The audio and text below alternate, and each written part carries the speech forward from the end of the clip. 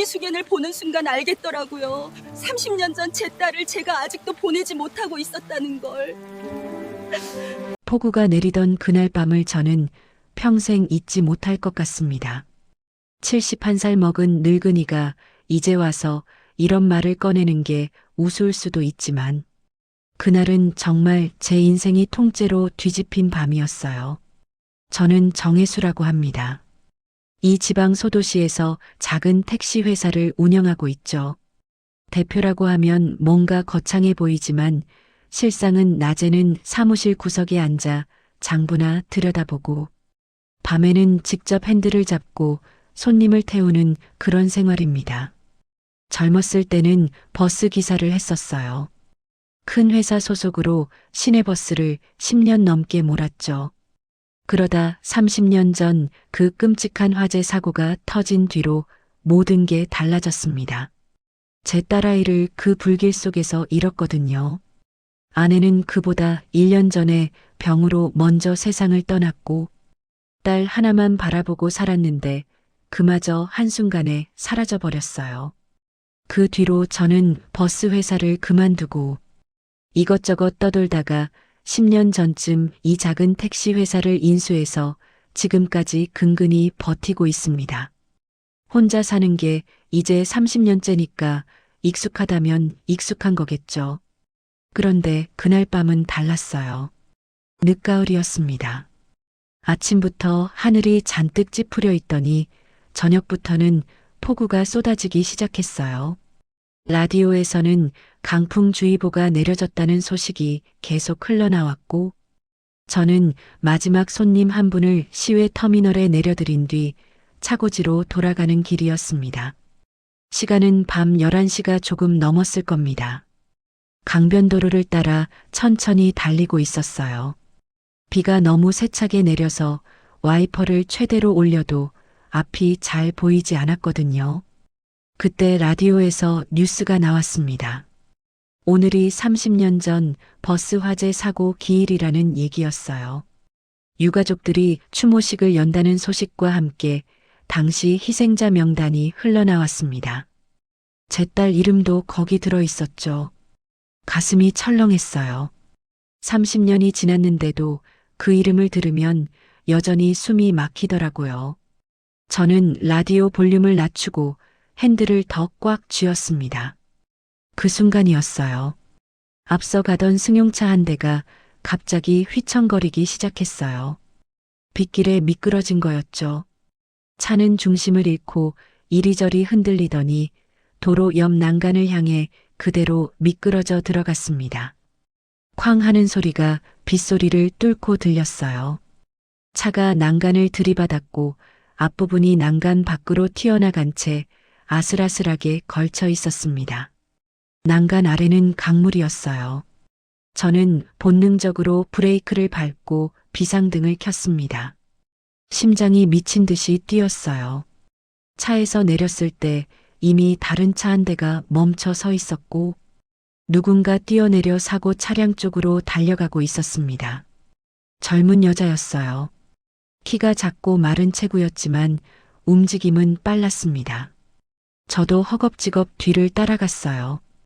빗물이 얼굴을 때렸고 신발 속까지 물이 스며들었지만 그런 건 신경 쓸 겨를이 없었습니다. 그 여자는 이미 난간 밖으로 기울어진 차 앞에 서서 문을 열려고 안간힘을 쓰고 있었어요. 차 안에는 젊은 여성이 운전석에 앉아 공포에 질린 표정으로 밖을 바라보고 있었습니다. 문이 찌그러져서 쉽게 열리지 않았어요.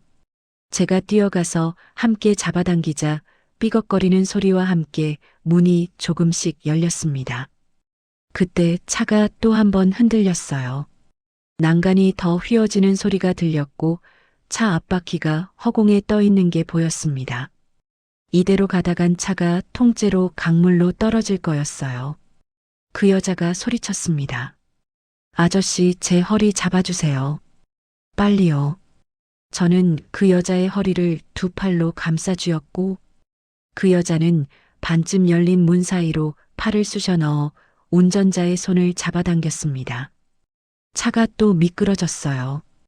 이번엔 뒷바퀴까지 들썩였습니다. 운전자가 비명을 질렀고 그 여자는 이를 악물고 힘껏 잡아당겼습니다.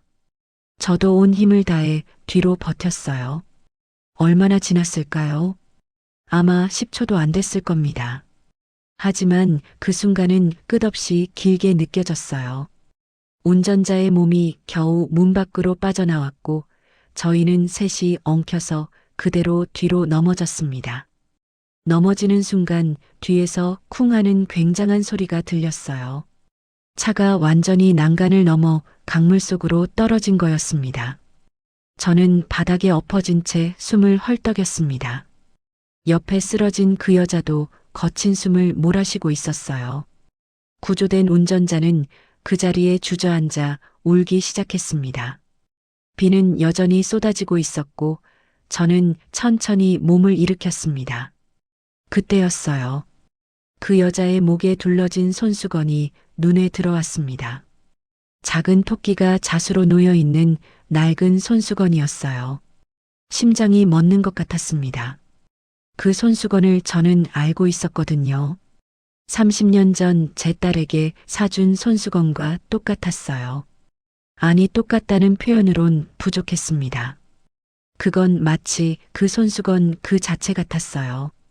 저는 그 여자의 얼굴을 멍하니 바라봤습니다. 그 여자는 헝클어진 머리를 쓸어 올리며 씩 웃었어요. 휴, 죽는 줄 알았네요. 아저씨 괜찮으세요? 저는 대답도 못하고 그냥 고개만 끄덕였습니다. 그 여자가 손을 뻗어 운전자를 일으켜 세우는 동안 저는 넋을 잃은 채 그 손수건만 바라봤어요. 손수건이 빗물에 젖어 목에 찰싹 달라붙어 있었고 토끼 자수가 희미하게 빛을 반사하고 있었습니다. 곧 구급차 소리가 들려왔어요. 누군가 신고를 했던 모양입니다. 구급대원들이 뛰어내려왔고 운전자를 들것에 눕혔습니다. 그 여자도 함께 실려가려는데 저는 황급히 다가가 이름을 물었어요. 저 실례지만 성함이 어떻게 되세요? 그 여자는 고개를 갸웃하더니 대답했습니다.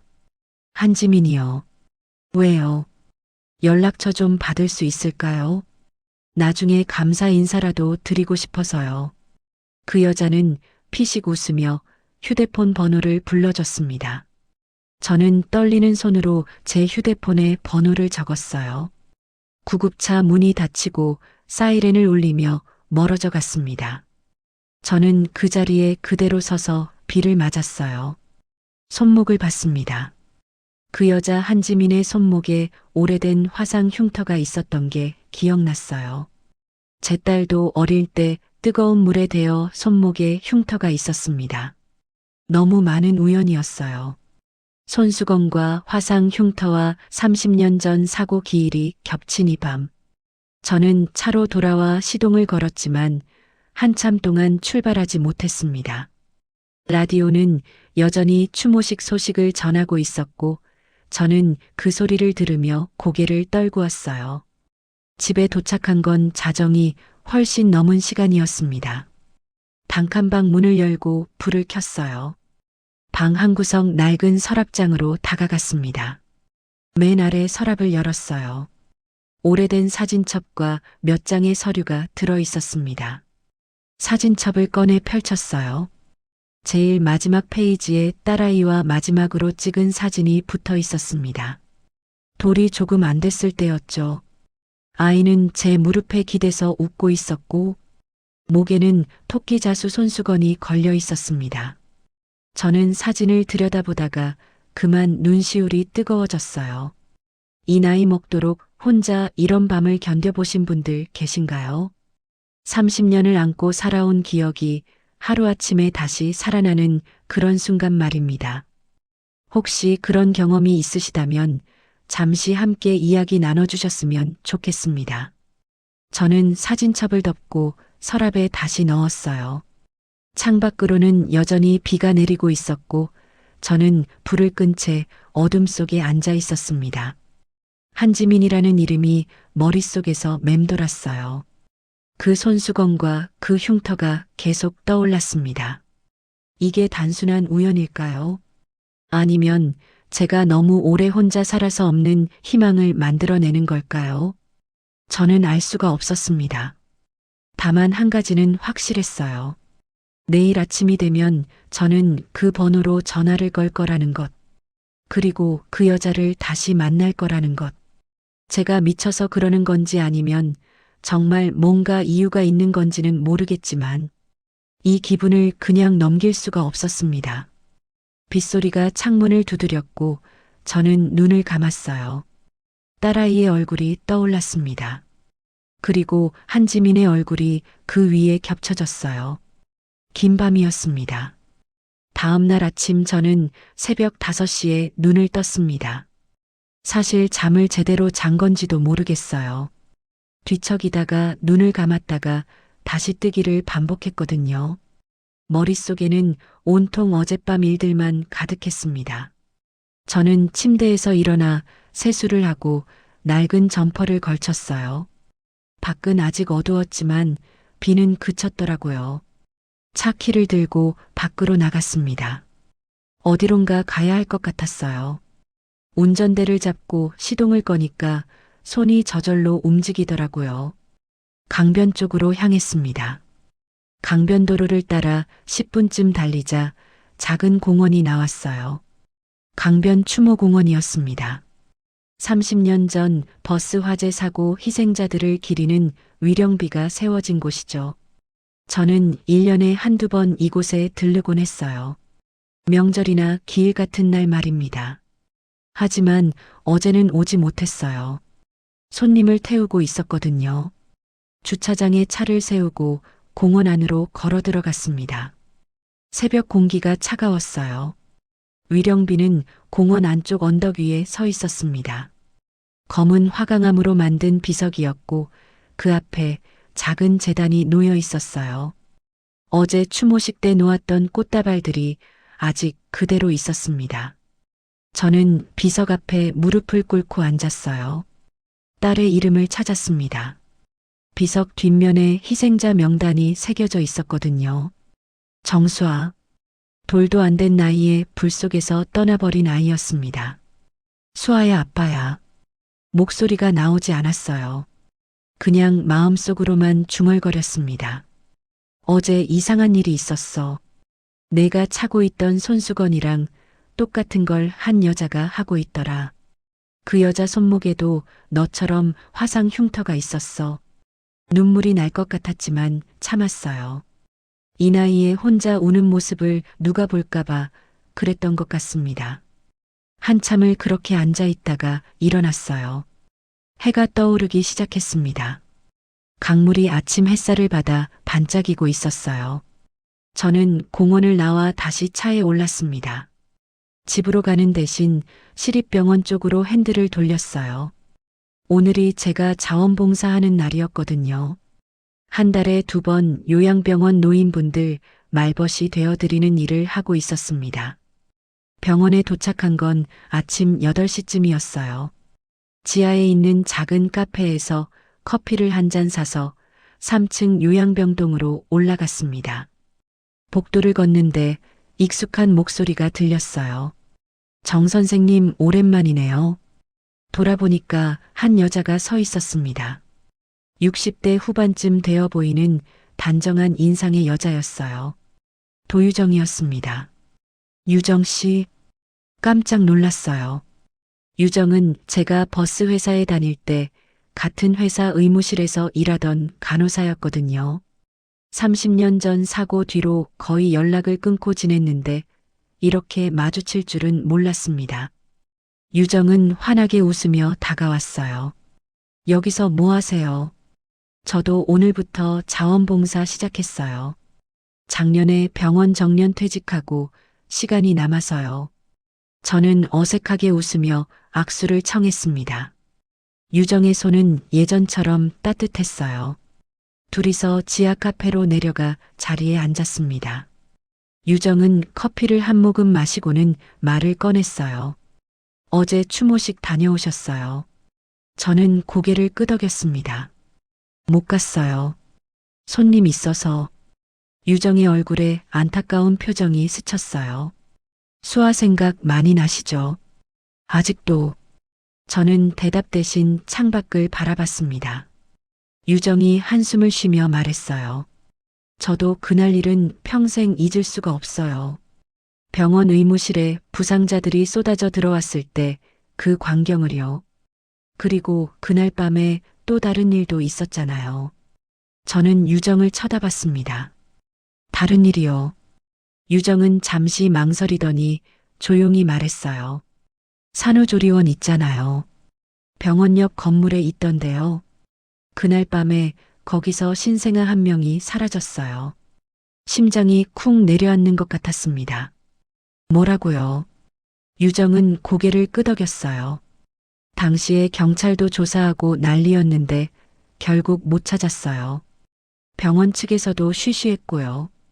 버스 사고 때문에 온 병원이 난리였거든요.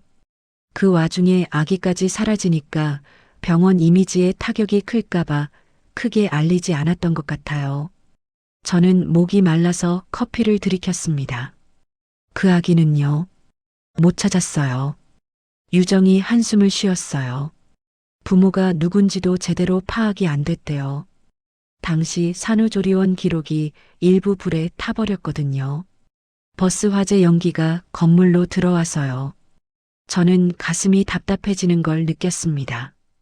그게 무슨 우연인가요? 같은 날 같은 시간에 유정도 고개를 저었어요. 저도 이상하다고 생각했어요. 그래서 당시 기록을 좀 모아뒀거든요. 개인적으로요. 왜요? 유정은 잠시 말을 멈췄다가 천천히 대답했어요. 뭔가 석연치 않았어요. 병원 측 태도도 그렇고 경찰 조사도 흐지부지 끝났고 그때 병원장이 이상하게 서두르더라고요. 사건을 빨리 덮으려고요. 저는 유정의 얼굴을 빤히 쳐다봤습니다. 그 기록 아직 가지고 계세요. 유정은 고개를 끄덕였어요. 집에 상자째 보관하고 있어요. 왜 버리지 못하겠더라고요. 언젠가 필요할 것 같아서요. 보여줄 수 있어요. 유정은 잠깐 망설이더니 대답했어요. 보여드릴 수는 있는데요. 왜 갑자기 그걸 보고 싶으세요? 저는 어떻게 대답해야 할지 몰랐습니다. 어젯밤 한지민을 만난 이야기를 할까 했지만 입이 떨어지지 않았어요. 그냥요. 혹시 제 딸이랑 관련이 있을까 싶어서요. 유정의 눈빛이 흔들렸습니다. 정 선생님, 그건 저도 알아요. 말도 안 되는 소리라는 거. 그냥 확인만 하고 싶어요. 유정은 한참을 저를 바라보더니 천천히 고개를 끄덕였어요. 알았어요. 이번 주말에 우리 집으로 오세요. 그 상자 보여드릴게요. 고맙습니다. 저는 진심으로 고개를 숙였습니다. 유정은 가방에서 낡은 병원 브로슈어 한 장을 꺼내 보여줬어요. 이거 봐요. 당시 병원 로고예요. 브로슈어 한쪽에 작은 토끼 그림이 그려져 있었습니다. 병원에서 신생아 선물 세트를 만들 때 이 로고를 자수로 놓아서 손수건이랑 베네저고리에 넣었대요. 저는 손이 떨렸습니다. 그 손수건요. 아직 남아있는 게 있을까요? 유정은 고개를 저었어요. 몰라요. 당시 선물 세트는 한정 수량이었대요. 한 100개 정도 만들었다가 끝났다고 들었어요. 30년 전이니까 지금 남아있는 건 거의 없을 거예요. 저는 브로슈어를 물끄러미 바라봤습니다. 토끼 자수가 어젯밤 본 그 손수건과 똑같았어요. 유정이 조심스럽게 물었습니다. 정 선생님 혹시 뭔가 알게 된 거 있으세요? 아니요. 저는 고개를 저었습니다. 아직은 아무것도 몰라요. 다만 이상한 우연을 하나 겪었을 뿐이에요. 유정은 더 묻지 않았습니다. 대신 제 손을 가만히 잡아줬어요. 힘내세요. 뭐가 됐든 제가 도와드릴게요. 그날 자원봉사를 마치고 집에 돌아왔을 때 저는 완전히 지쳐 있었습니다. 소파에 누워 천장을 바라봤어요. 머릿속이 복잡했습니다.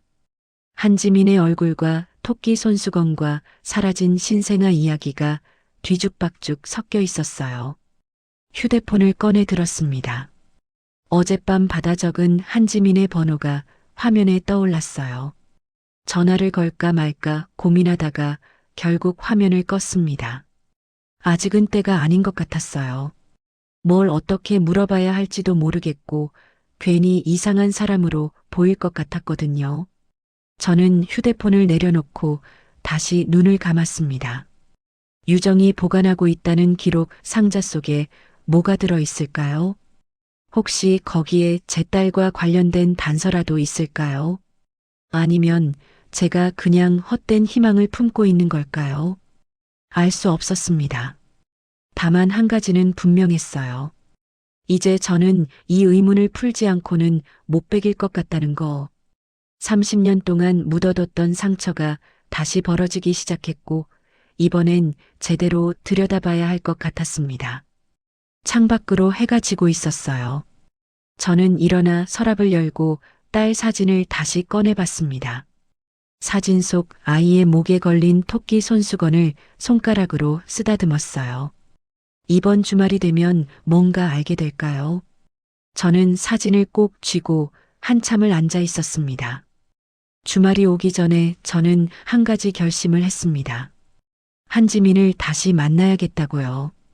도유정의 기록 상자를 보는 것도 중요하지만 그 전에 지민이라는 사람이 어떤 사람인지 먼저 알아야 할 것 같았어요. 어젯밤 받아둔 번호로 전화를 걸까 하다가 그만뒀습니다.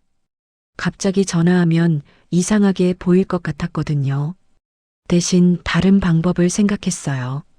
지민이 구급차에 실려가기 전에 대리운전 기사라고 했던 게 기억났습니다. 낮에는 세차장에서 아르바이트를 한다고도 했고요. 저는 택시를 몰고 시내를 돌아다니며 세차장들을 하나씩 찾아다녔습니다. 세 번째 세차장에서 지민을 발견했어요. 작은 골목 안쪽에 있는 허름한 세차장이었습니다. 지민은 청바지에 낡은 티셔츠를 입고 무로스를 들고 승용차 한 대를 싣고 있었어요. 머리를 뒤로 묶었고 얼굴에는 물방울이 튀어 있었습니다. 저는 차를 세차장 입구에 세우고 내렸어요. 지민은 저를 보자 눈이 휘둥그레졌습니다. 아저씨. 그날 그 아저씨 아니에요. 저는 웃으며 다가갔습니다. 맞아요. 그날 인사도 제대로 못하고 헤어져서 찾아왔어요. 괜찮으세요? 지민은 호스를 내려놓고 손을 닦으며 대답했어요. 저요. 멀쩡하죠. 병원 갔다가 별일 없다고 그냥 집에 왔어요. 아저씨야말로 괜찮으세요. 그날 같이 넘어지셨잖아요. 괜찮아요. 저는 웃으며 손을 흔들었습니다. 근데 여기서 일하시는군요. 네, 낮에는 여기서 일하고 밤에는 대리운전 나가요. 돈 벌 데가 여기밖에 없어서요. 말하는 투가 씩씩했어요. 어려운 상황인 것 같은데도 목소리에는 밝은 기운이 있었습니다. 세차 맡기러 오셨어요. 아, 네. 저는 얼른 고개를 끄덕였습니다. 마침 차도 더럽고 해서요. 지민은 웃으며 제 택시를 가리켰어요. 기다리세요. 금방 해드릴게요. 지민이 차를 씻는 동안 저는 한쪽에 서서 지켜봤습니다. 동작이 빠르고 익숙했어요.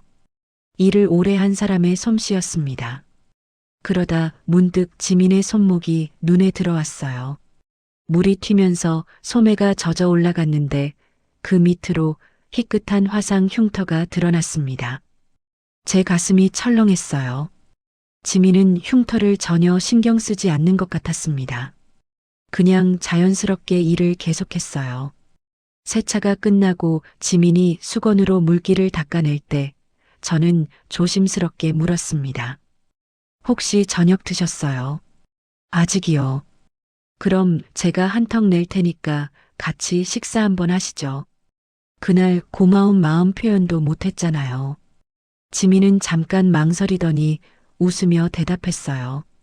좋아요. 근데 비싼 데는 부담스러우니까 그냥 편한 데로 가요. 저는 근처 작은 국밥집으로 지민을 데려갔습니다. 둘이 마주 앉아 국밥을 시켰어요. 뜨끈한 국물이 나오자 지민은 숟가락을 들고 후루룩 떠먹었습니다. 진짜 배고팠나 봐요. 아침도 제대로 못 먹었거든요. 왜요? 바빠서요. 아침에 미용실 청소 알바도 하거든요. 미용실이요. 네, 우리 엄마 미용실이에요. 근처에요. 저는 귀가 번쩍 뜨였습니다. 어머니가 미용실 하세요. 내 동네에서 작은 미용실 운영하세요. 진짜 엄마는 아니고 양엄마시긴 한데 저한테는 진짜 엄마나 다름없어요. 양어머니요. 저는 국밥 숟가락을 든 채 지민을 바라봤습니다. 지민은 태연하게 말을 이었어요. 저 어렸을 때 고아원에 있었거든요. 그러다 엄마가 데려가서 키워주셨어요. 친부모는 누군지도 모르고요. 심장이 두근거렸습니다. 친부모는요? 몰라요. 지민이 어깨를 으쓱했어요. 엄마 말로는 제가 돌도 안 됐을 때 어느 병원 앞에 버려져 있었대요. 그걸 엄마가 데려다 키운 거예요. 어느 병원이요? 저는 목소리가 떨리는 걸 애써 숨겼습니다. 정확히는 몰라요. 엄마가 자세히 말 안 해주셔서요. 그냥 옛날 일은 묻지 말라고 하시더라고요. 저는 국밥을 한 숟가락 떠먹으며 생각을 정리했습니다. 지민의 나이가 33이라고 했으니까 30년 전쯤 태어난 거였어요. 시기가 딱 맞았습니다. 혹시 그 손수건요? 저는 지민의 목을 가리켰습니다. 그것도 어머니가 주신 거예요. 지민은 손수건을 만지작거리며 웃었어요. 이거요. 네, 이것도 엄마가 주신 건데 제가 어렸을 때부터 가지고 있던 거래요. 유일하게 친부모랑 연결된 물건일 수도 있대요. 그래서 버리지 못하고 계속 차고 다녀요. 저는 손이 떨렸습니다. 토끼 자수네요. 네, 귀엽죠. 엄마 말로는 옛날 어느 병원에서 만든 선물 세트였대요. 신생아한테 주는 거요. 근데 이제 구하기 힘들대요. 저는 숨을 깊이 들이마셨습니다. 손수건을 좀 더 자세히 봐도 될까요? 지민은 손수건을 풀어 제게 건네줬어요. 저는 떨리는 손으로 받아들었습니다. 천재질이 낡았고 토끼 자수도 색이 바랬지만 형태는 분명했어요. 딸에게 사줬던 그 손수건과 똑같았습니다. 뒤집어 보니 한쪽 귀퉁이에 작은 글씨가 희미하게 남아 있었어요. 시립병원이라는 글자였습니다. 이거 정말 소중하게 여기시나 봐요. 지민이 웃으며 말했어요. 네, 제 유일한 보물이에요. 친부모가 누군지도 모르고 어디서 왔는지도 모르지만 이 손수건만은 있으니까 완전히 뿌리 없는 사람은 아닌 것 같아서요. 저는 손수건을 조심스럽게 돌려줬습니다. 지민은 다시 목에 둘렀어요. 혹시 어머니 미용실 한번 가봐도 될까요? 지민이 고개를 갸웃했습니다. 왜요? 머리 자르실 거예요? 아, 네. 저는 얼른 대답했습니다. 마침 머리도 좀 길었거든요. 지민은 활짝 웃었어요. 그럼 지금 가실래요? 지금 시간 괜찮으세요? 괜찮아요. 밤에 대리 나가기 전까지는 시간 있어요. 저는 계산을 하고 지민과 함께 밖으로 나왔습니다. 미용실은 세차장에서 걸어서 10분 정도 거리에 있었어요. 좁은 골목 안쪽에 자리 잡은 작은 가게였습니다. 간판에는 선자 미용실이라고 쓰여 있었어요. 문을 열고 들어가니 파마향 냄새가 코를 찔렀습니다. 안쪽에서 50대 중반쯤 되어 보이는 여자가 손님 머리를 말고 있었어요. 박선자였습니다. 엄마 손님 오셨어요. 지민이 밝게 말했습니다. 선자는 고개를 돌려 저를 쳐다봤어요. 눈빛이 날카로웠습니다. 누구세요? 지민이 옆에서 설명했어요. 지난번에 제가 사고 났을 때 도와주신 분이에요. 택시 기사세요. 선자의 표정이 조금 풀렸습니다. 아, 그때 그분. 어서 오세요. 앉으세요. 저는 의자에 앉았고 선자가 손님 머리를 다 말고 나서 제 쪽으로 왔어요. 뭘 해드릴까요? 그냥 조금만 다듬어 주세요. 선자는 가위를 들고 제 머리를 자르기 시작했습니다. 손놀림이 빠르고 능숙했어요. 지민은 한쪽 구석에서 빗을 정리하고 있었습니다. 저는 거울로 선자의 얼굴을 살펴봤어요. 피곤해 보이는 얼굴이었습니다. 눈가에 주름이 깊었고 손은 거칠어 보였어요. 오래 고생한 사람의 손이었습니다. 택시 일 힘드시죠? 선자가 말을 걸었습니다. 괜찮아요. 익숙해져서요. 밤에도 다니세요. 내 야간 손님이 많거든요. 선자는 고개를 끄덕이며 가위질을 계속했어요. 그러다 문득 물었습니다. 지민이한테 들었는데 예전에 버스 회사 다니셨다고요? 네. 안전 담당 같은 거 하셨대요. 저는 잠시 말을 멈췄습니다. 오래전 일이에요. 선자의 손이 미세하게 떨리는 게 느껴졌습니다. 버스 화재 사고 아세요? 30년 전에 났던 거요. 저는 선자의 눈을 거울로 마주쳤습니다. 알죠. 선자는 대답했지만 목소리가 약간 굳어 있었어요. 저도 그때 일 기억나요. 끔찍했죠. 선자는 더 이상 말을 잇지 않았습니다. 그냥 가위질에만 집중했어요. 저는 조심스럽게 말을 꺼냈습니다. 지민이가 차고 있는 손수건 말인데요. 선자의 손이 완전히 멈췄습니다. 그게 어디서 난 건지 혹시 아세요? 선자는 잠시 침묵하더니 대답했습니다. 헌 시장에서 샀어요. 옛날에. 아, 그렇군요. 저는 더 묻지 않았습니다. 하지만 선자의 눈빛이 흔들리는 게 보였어요. 머리를 다 자르고 나서 계산을 하는데 선자가 물었습니다. 지민이한테 왜 그렇게 관심이 많으세요? 저는 당황했습니다. 아니, 그냥 착한 아이 같아서요. 선자는 제 얼굴을 빤히 쳐다봤어요. 지민이는 제 딸이에요. 함부로 하시면 안 돼요. 알겠습니다. 저는 고개를 숙이고 미용실을 나왔습니다. 밖에서 기다리던 지민이 웃으며 물었어요. 머리 괜찮으세요? 네, 잘 잘랐어요. 어머니 솜씨 좋으시네요. 지민은 환하게 웃었습니다. 그럼 저 이제 일 나가야 해서요. 조심히 들어가세요. 저는 지민과 헤어지고 택시로 돌아왔습니다. 차에 앉아 한참을 생각했어요. 선자의 반응이 이상했습니다. 손수건 이야기를 꺼냈을 때 분명히 당황한 표정이었어요. 헌 시장에서 샀다는 말도 거짓말 같았습니다. 저는 시동을 걸고 미용실 골목을 한 번 더 돌아봤어요. 건물 옆 좁은 계단이 눈에 들어왔습니다. 옥상으로 올라가는 계단 같았어요. 아마 지민이 거기 사는 것 같았습니다. 계단 입구벽에 낡은 사진 한 장이 걸려 있었어요. 멀리서는 잘 안 보였지만 어린아이와 중년 남자가 함께 찍은 흑백 사진 같았습니다. 저는 차를 천천히 움직여 골목을 빠져나왔습니다. 집에 돌아와서도 마음이 편치 않았어요.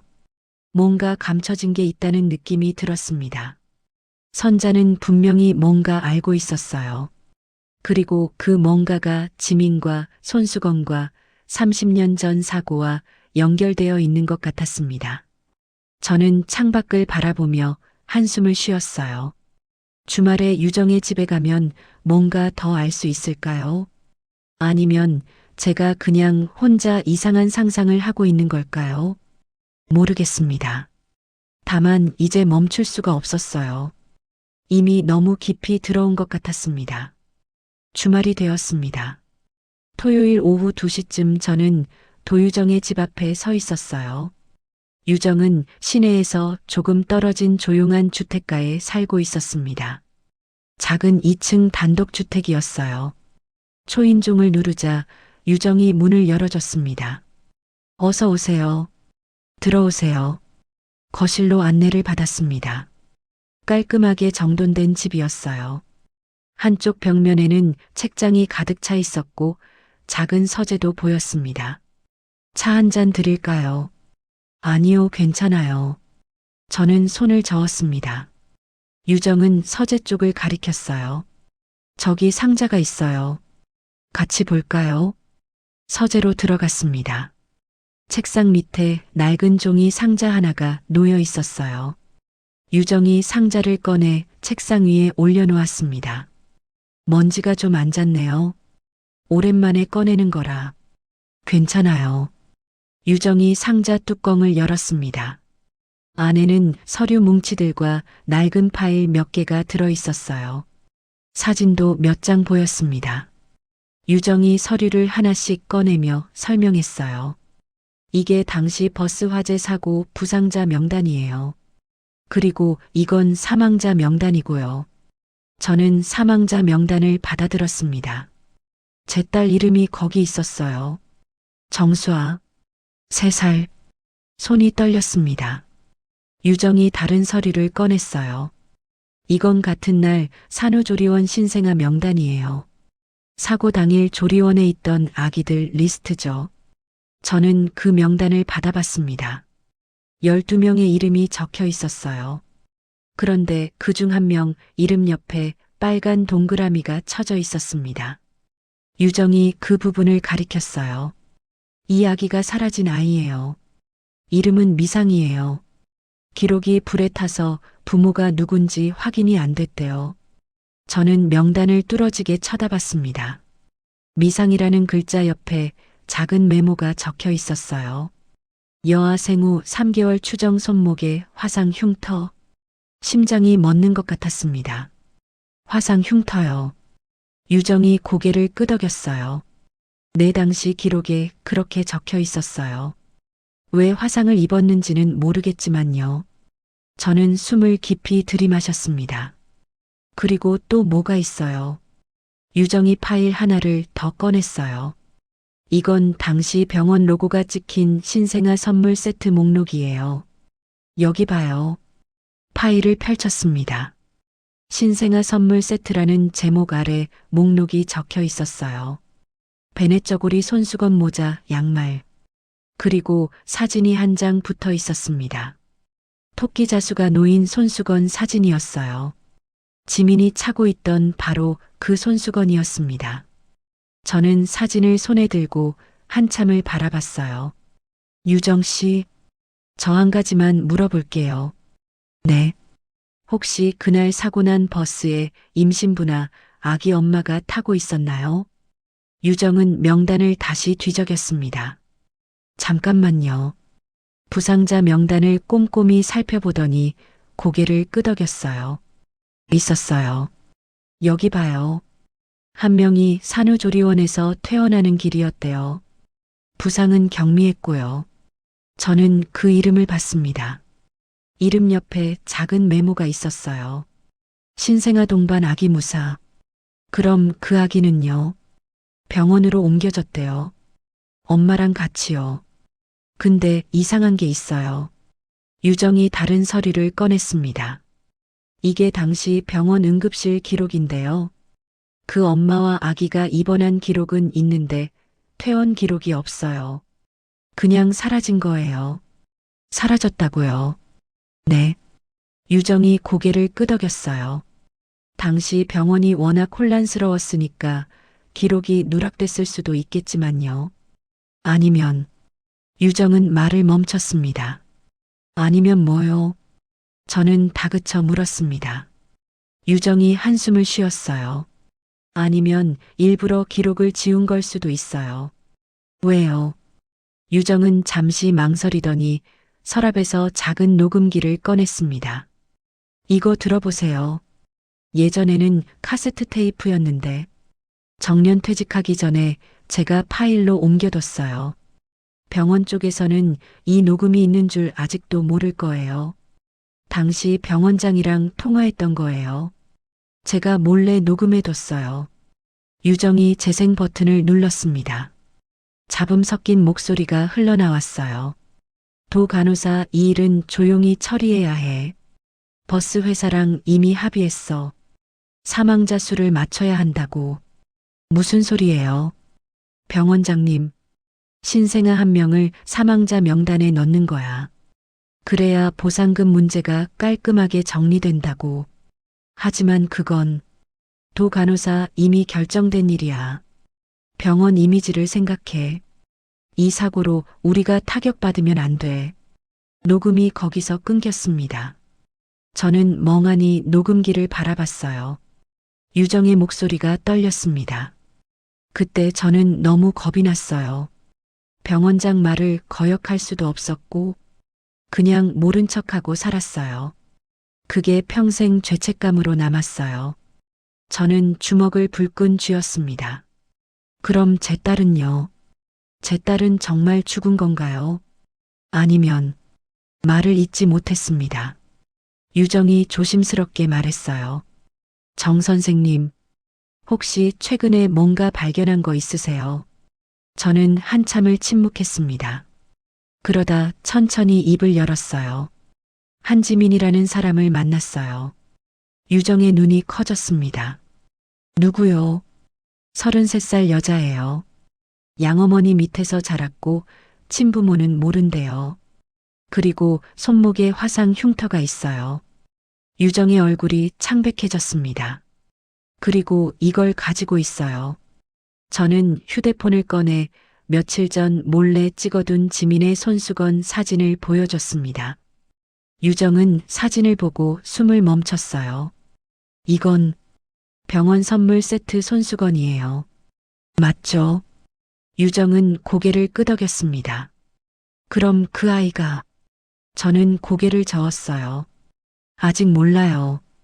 확실한 건 아무것도 없어요. 다만 너무 많은 우연이 겹쳐요. 유정은 책상에 주저앉았습니다. 어떻게 이럴 수가.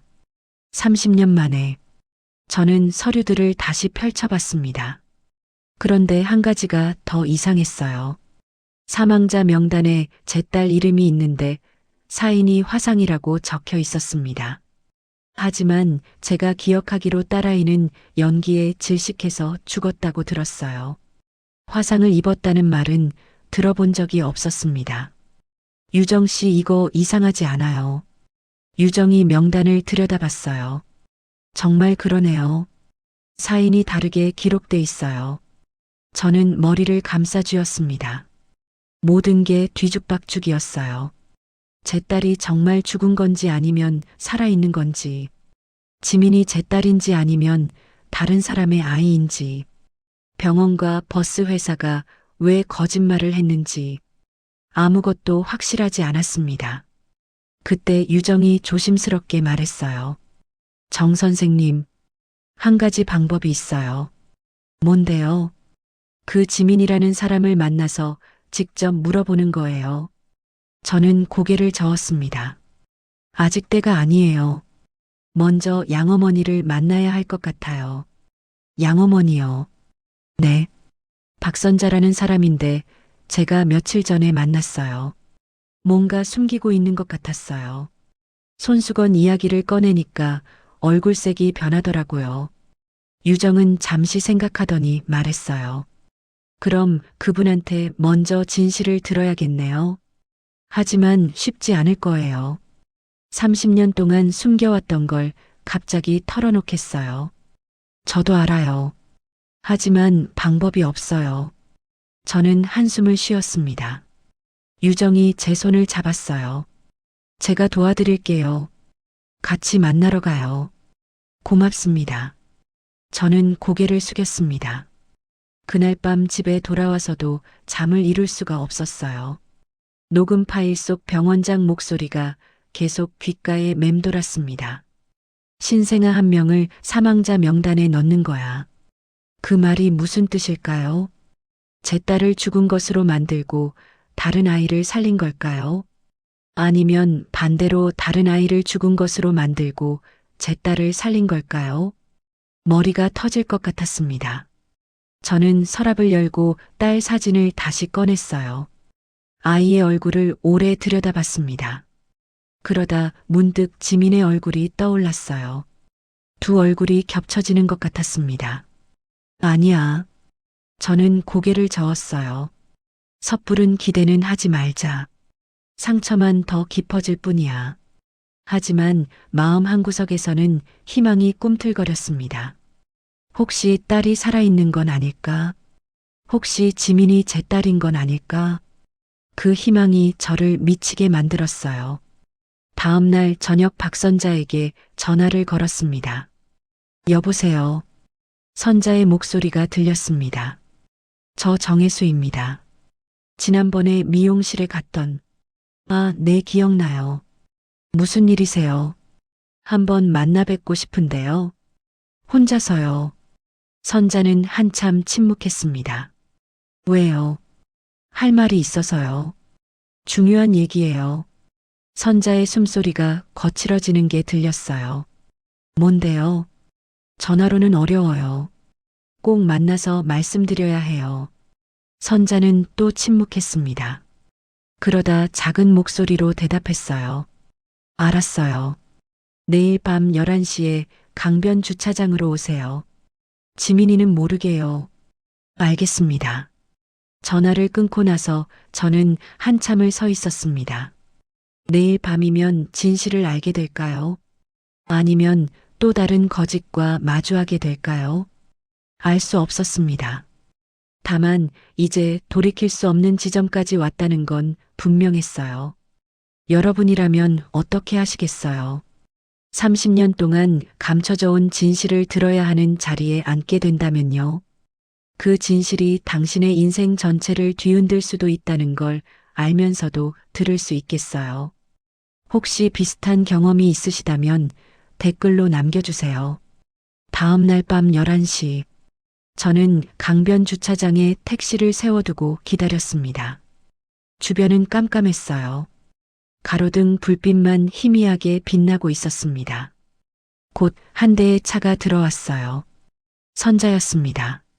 선자는 차에서 내려 제 택시 조수석 문을 열고 탔습니다. 얼굴이 헬쑥했어요. 눈 밑에 다크서클이 짙게 깔려 있었습니다. 말씀하세요. 선자가 먼저 입을 열었습니다. 뭐가 그렇게 중요한데 이 밤중에 불러내셨어요.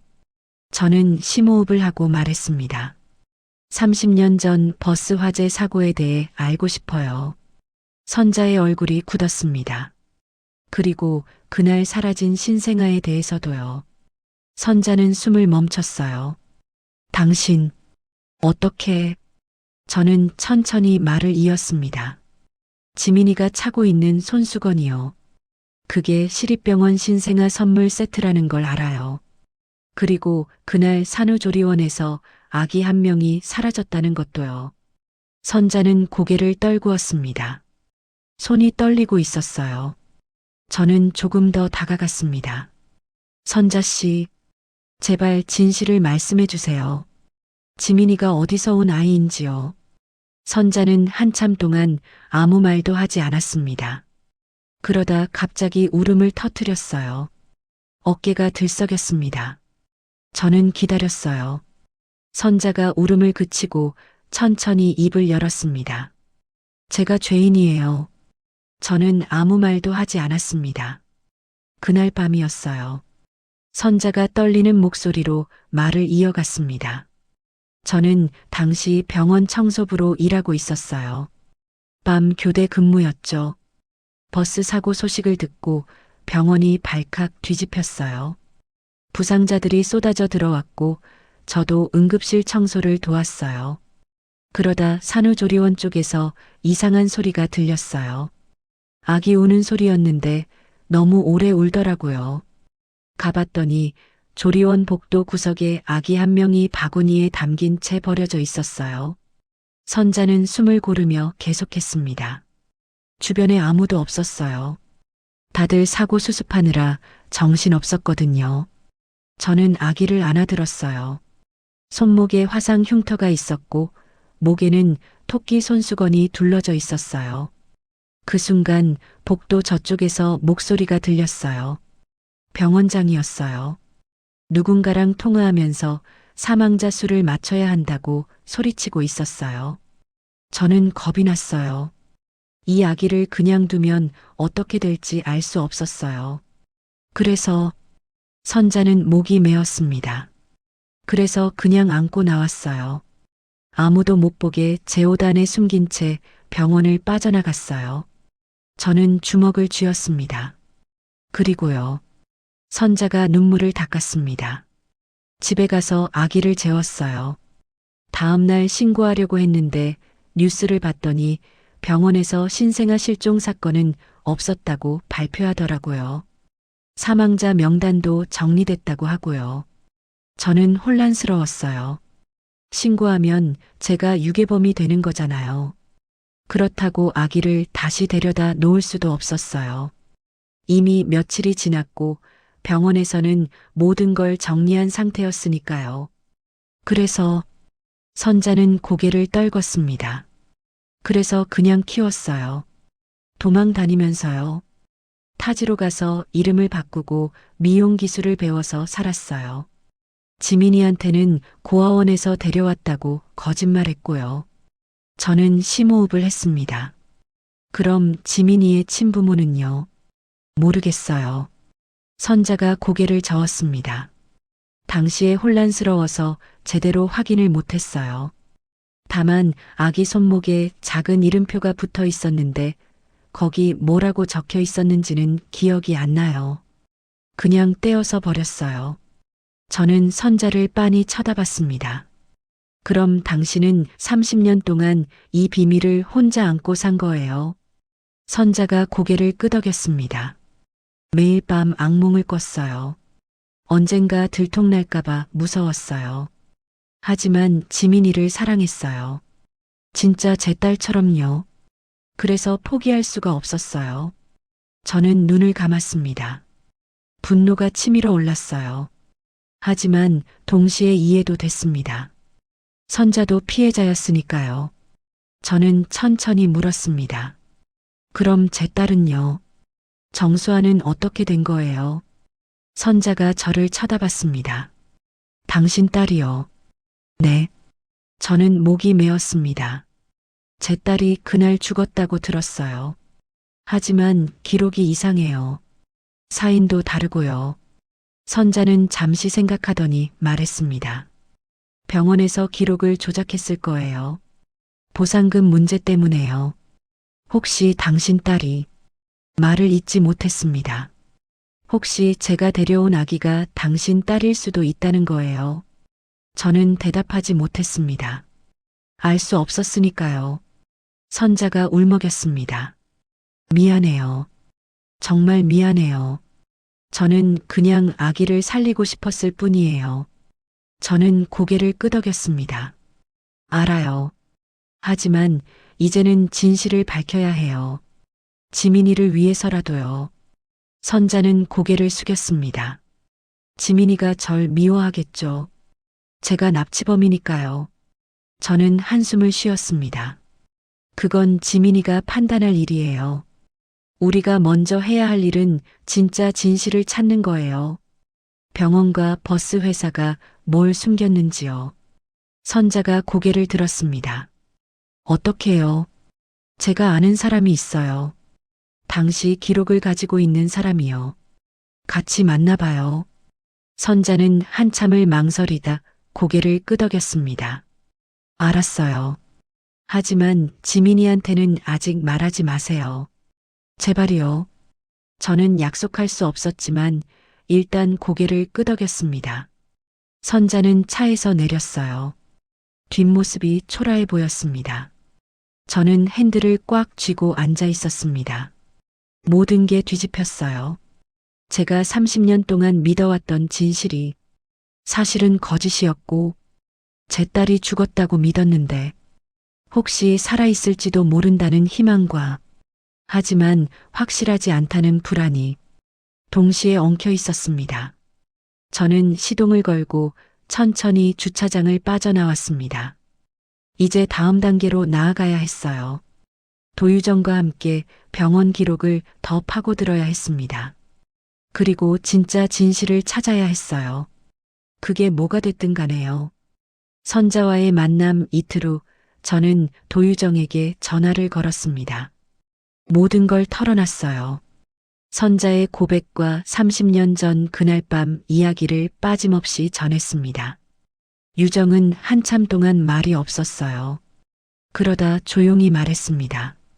그럼 이제 병원 기록을 정말 제대로 뒤져야겠네요.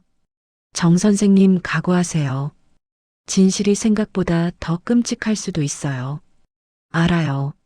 저는 대답했습니다. 그래도 알아야 해요. 유정이 한숨을 쉬었습니다. 내일 오전에 병원 기록 보관실에 같이 가요.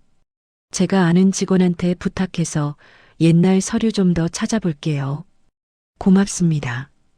다음 날 아침 저는 시립병원 지하 기록 보관실 앞에서 유정을 만났습니다. 유정은 이미 기록 담당 직원과 이야기를 끝낸 상태였어요. 들어가요. 보관실 안은 어둡고 습했습니다. 철제 서가들이 빼곡하게 늘어서 있었고 오래된 서류 냄새가 코를 찔렀어요. 유정이 한쪽 구석으로 저를 안내했습니다. 여기가 30년 전 기록들이에요. 화재 사고 관련 서류는 따로 묶여 있을 거예요. 우리는 먼지 쌓인 상자들을 하나씩 열어봤습니다. 첫 번째 상자에는 부상자 치료 기록이 들어 있었어요.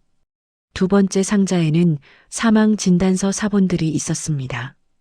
저는 떨리는 손으로 사망 진단서를 하나씩 펼쳐봤어요. 제 딸 이름이 적힌 서류가 나왔습니다. 정수아 염한 영세 사망 원인 연기 흡입에 의한 질식사. 저는 그 서류를 물끄러미 바라봤습니다. 질식사라고 적혀 있었어요. 그런데 며칠 전 유정이 보여준 명단에는 화상이라고 적혀 있었습니다. 유정 씨 이것 좀 봐요. 유정이 다가와 서류를 봤습니다. 이상하네요. 사인이 다르게 기록돼 있어요. 유정이 다른 상자를 뒤지기 시작했어요. 잠깐만요. 분명히 또 다른 기록이 있을 거예요. 한참을 뒤진 끝에 유정이 낡은 파일 하나를 꺼냈습니다. 이거예요. 파일을 펼치니 또 다른 사망자 명단이 나왔어요. 그런데 이번에는 제 딸 이름 위에 가는 줄이 그어져 있었습니다. 그리고 그 옆에 다른 이름이 적혀 있었어요. 미상녀 영아 사망 원인 화상. 저는 숨이 막혔습니다. 이게 무슨 뜻이에요? 유정이 서류를 자세히 들여다봤습니다. 명단을 고친 거예요.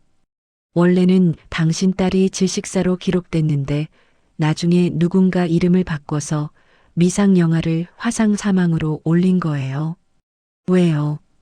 왜 그런 짓을 해요? 유정은 다른 서류를 더 찾았습니다. 그리고 한 장을 더 꺼냈어요.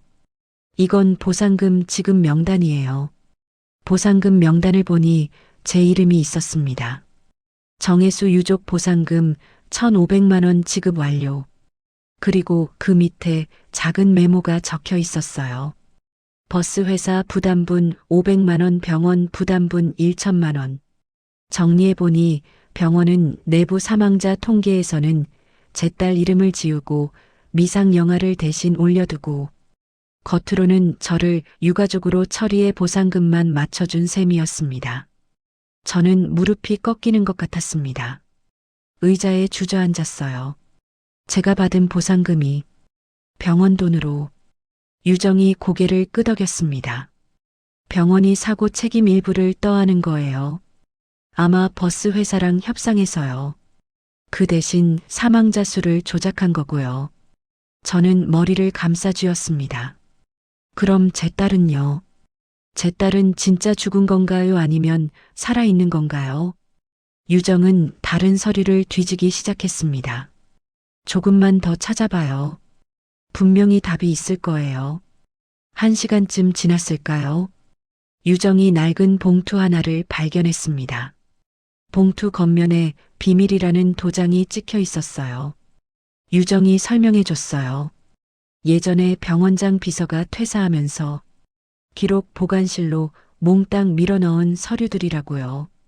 전산 기록은 벌써 여러 번 바뀌었지만 이 종이 서류들은 아무도 열어보지 않은 채 지하 창고에 그대로 쌓여 있었다고 했습니다. 이거 뭐예요? 유정이 봉투를 열었습니다. 안에서 여러 장의 서류가 나왔어요. 신생아 진료 카드였습니다. 유정이 카드들을 하나씩 펼쳤어요. 그러다 하나에서 멈췄습니다. 정 선생님, 이것 좀 봐요. 저는 카드를 받아들었습니다. 화나 이름 미상녀 생후 3개월 추정 특이 사항 좌측 손목 화상 흉터 직경약 2cm. 당시 서류들을 더 들춰보니 어떤 데는 생후 6달이라고 적혀 있고 어떤 데는 3개월이라고 적혀 있었습니다. 화재 직후라 다들 정신이 없었고 정확한 개월수도 제대로 확인하지 못한 채 대충 추정해서 적어 넣었던 것 같았습니다. 보호자 정보 없음. 그 밑에 작은 글씨로 메모가 적혀 있었습니다. 화재 사고 현장에서 구조 산모와 분리됨 신원 확인 불가. 제 손이 떨렸습니다. 이 아이가 지민이일까요? 유정은 고개를 끄덕였습니다. 가능성이 높아요. 화상 흉터 위치랑 크기가 맞고요.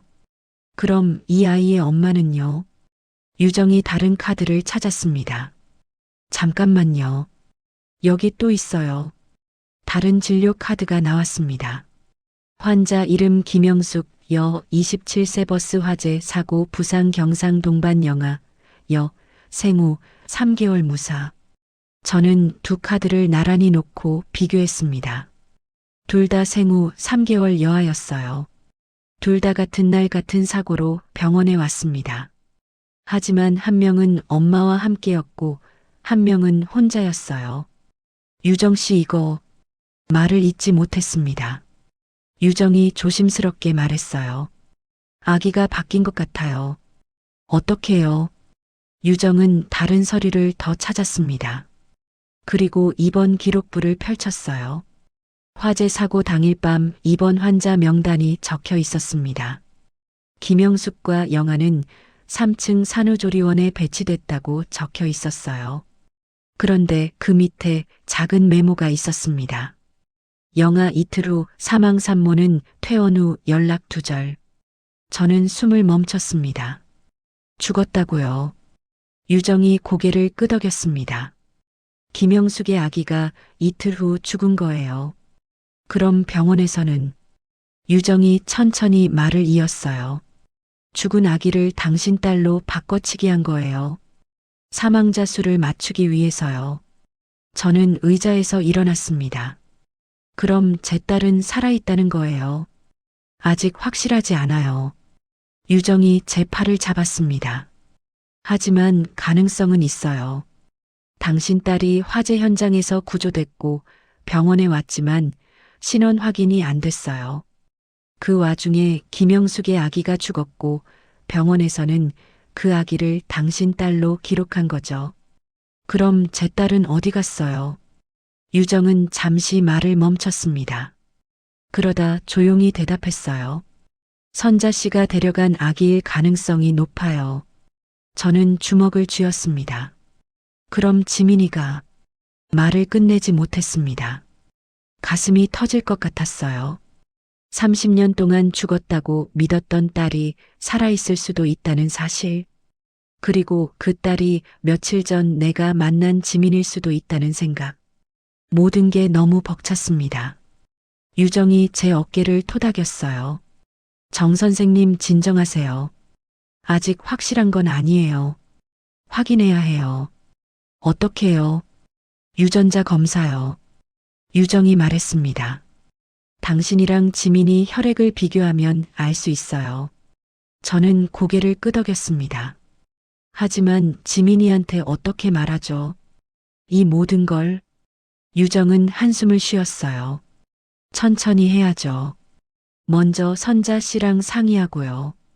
그날 오후 저는 유정과 함께 선자의 미용실로 갔습니다. 지민은 마침 대리운전 나간 시간이었어요. 선자는 우리를 보자 얼굴이 새하얘졌습니다. 뭐 때문에 오셨어요? 선자 씨 앉으세요. 유정이 말했습니다. 중요한 이야기가 있어요. 우리는 미용실 뒷방으로 들어갔습니다. 선자에게 병원 기록을 모두 보여줬어요. 신생아 진료 카드와 바뀐 명단과 보상금 기록까지요. 선자는 서류들을 보며 얼굴이 점점 굳어졌습니다. 그럼 제가 데려온 아기가. 선자의 목소리가 떨렸습니다. 정 선생님 딸일 가능성이 높아요. 유정이 대답했습니다. 선자는 주저앉았어요. 어떻게 이럴 수가.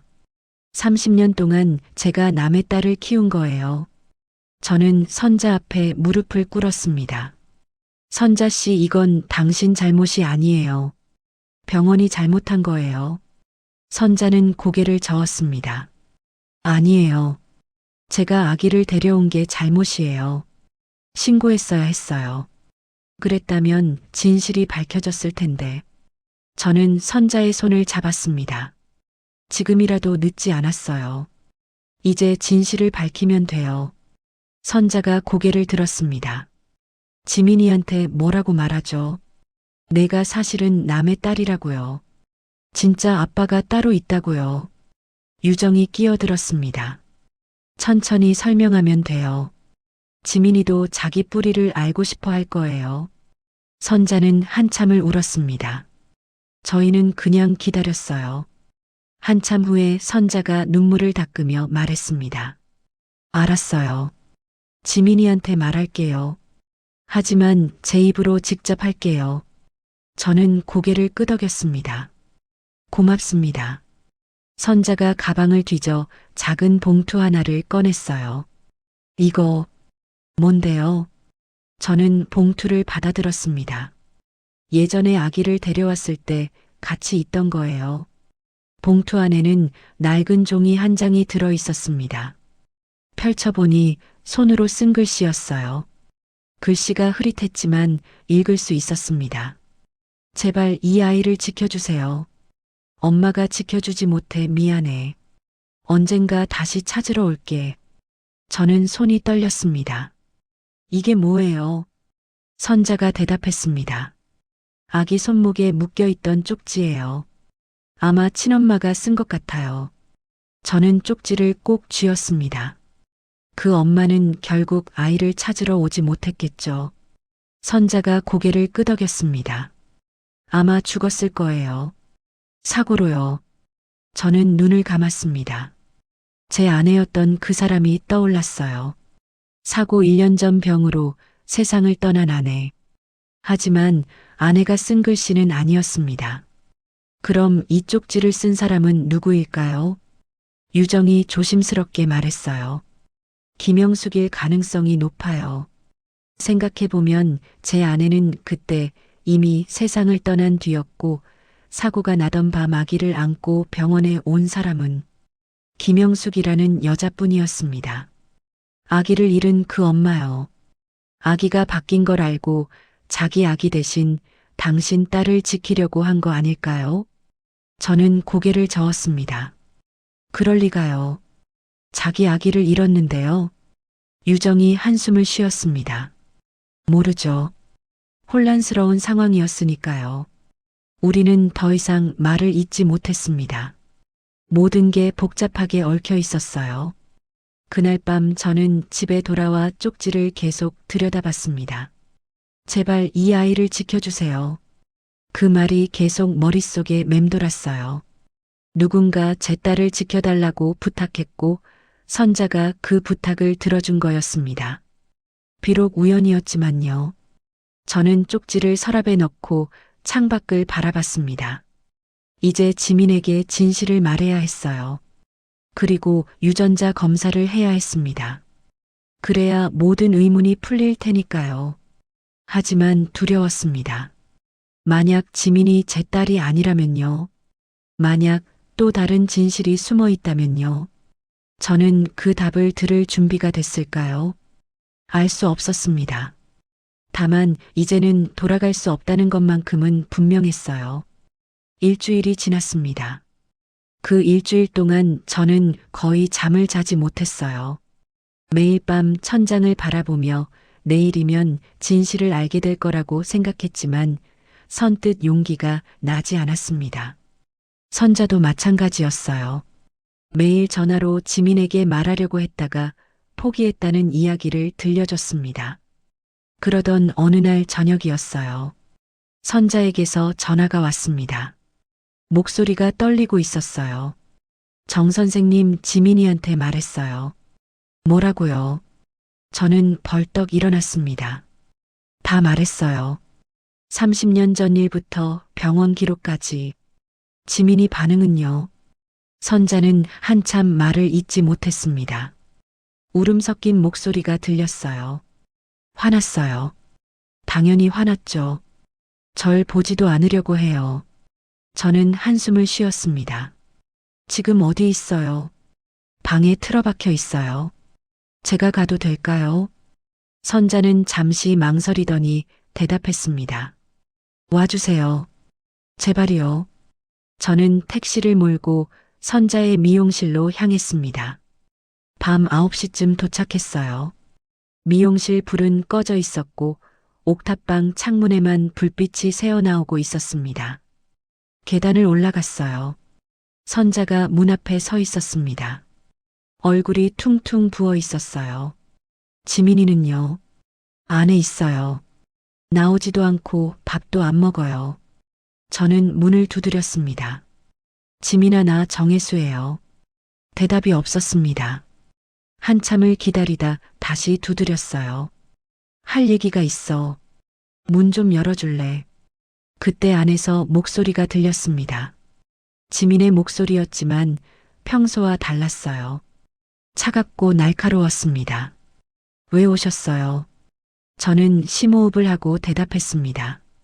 내 이야기를 듣고 싶어서. 제 이야기요. 지민이 비웃는 소리가 들렸어요. 무슨 이야기요? 저는 남의 딸이잖아요. 뿌리도 모르는 아이고요. 저는 문에 이마를 댔습니다. 지민아, 선자 씨 잘못이 아니야. 그분도 널 지키려고 한 거야. 지민은 대꾸하지 않았습니다. 그냥 흐느끼는 소리만 들렸어요.